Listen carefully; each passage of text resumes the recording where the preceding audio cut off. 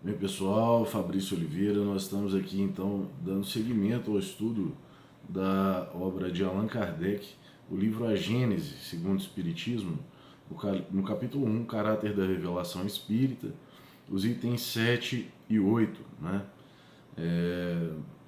Ele vai dizer desse papel dos reveladores, dando sequência às ideias dos itens anteriores, que especificamente no mundo religioso, os reveladores têm sido chamados, né, de messias, de profetas, trazendo conteúdos de forma que não seria possível o homem alcançar do ponto de vista das realidades espirituais com a sua própria inteligência, né? Ele diz ainda que esses homens vêm preparados e que muitas vezes a mensagem que eles traziam eram trazidas de uma forma mais pronta, né? Assim, e aceita de forma mais irreflexiva, né? As pessoas tendiam a aceitar esse lugar do profeta como aquele que sempre trazia verdades, né? E que muitas vezes os conhecimentos não havia ao longo da história, né, dessas tradições religiosas, o desenvolvimento científico, e essas informações também não poderiam ser checadas de outra maneira.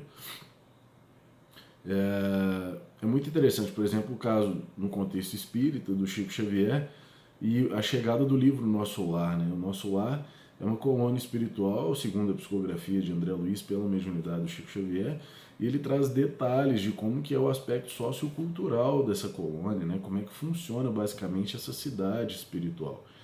E a gente tem lá no Apocalipse, né, menções a Nova Jerusalém, o último capítulo da Gênesis fala de uma nova geração, da geração nova, falando de um contexto, né, de cidades realmente espirituais, várias outras obras espíritas falando de outras colônias espirituais, coisas muito difíceis da gente alcançar com o próprio pensamento, né?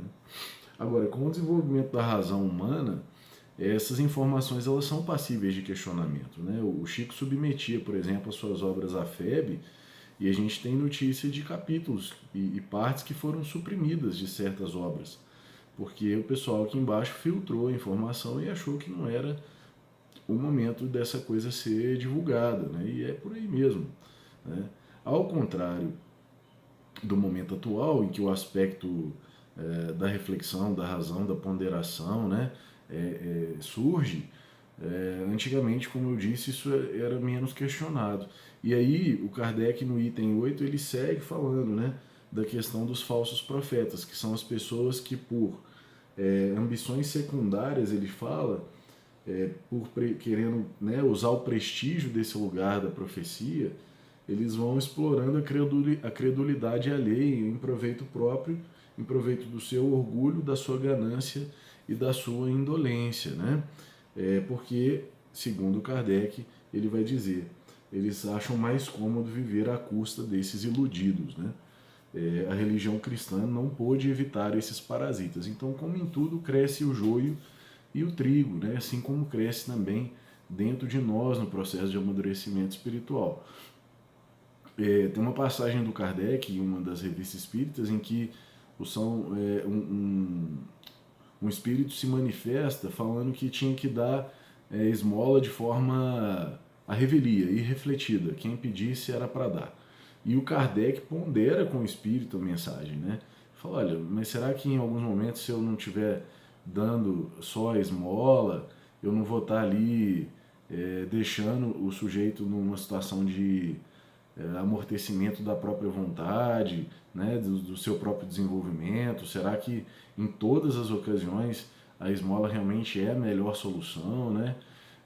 Não que num primeiro momento não possa ser e tudo, mas será que pessoas que vão sendo cronificadas na posição de pessoas que sempre recebem esmola, será que isso não é incentivar o adormecimento do desenvolvimento dos potenciais daquele indivíduo e tal? E o espírito no final acaba concordando com ele. Salvo engano, São Luís, né, é que faz essa recomendação. Então, para vocês verem o nível aí, a postura do Kardec. Por quê? A gente vê, eu próprio, né, no movimento espírita, a gente percebe essa tendência, às vezes, mais antiga de lidar com os fenômenos espirituais de forma muito crédula, ingênua. E você cai naquela passagem do Evangelho que é um cego né, guiando outros cegos, todos cairão no buraco. E aí, assim, para toda pessoa que quer iludir usando aspectos espirituais para o seu próprio conforto, né, manipulando pessoas com ambições secundárias, tem aqueles também que são os preguiçosos que não querem procurar pelos próprios meios o estudo, a reflexão, e que estão procurando alguém que diga sempre a eles o que fazer, para que eles, em última análise, não tenham que se responsabilizar pelas suas próprias escolhas, pelos seus próprios atos, né? Mas em ultimíssima análise, quando você faz a escolha de não fazer as coisas por você mesmo e seguir o que os outros dizem, no fundo você também está fazendo uma escolha, que é a escolha de não raciocinar, de não refletir e de obedecer cegamente àqueles que estão te manipulando. Então, para todo manipulador, tem um ali, de alguma forma, frágil, vulnerável, mas que se dispõe à manipulação, né?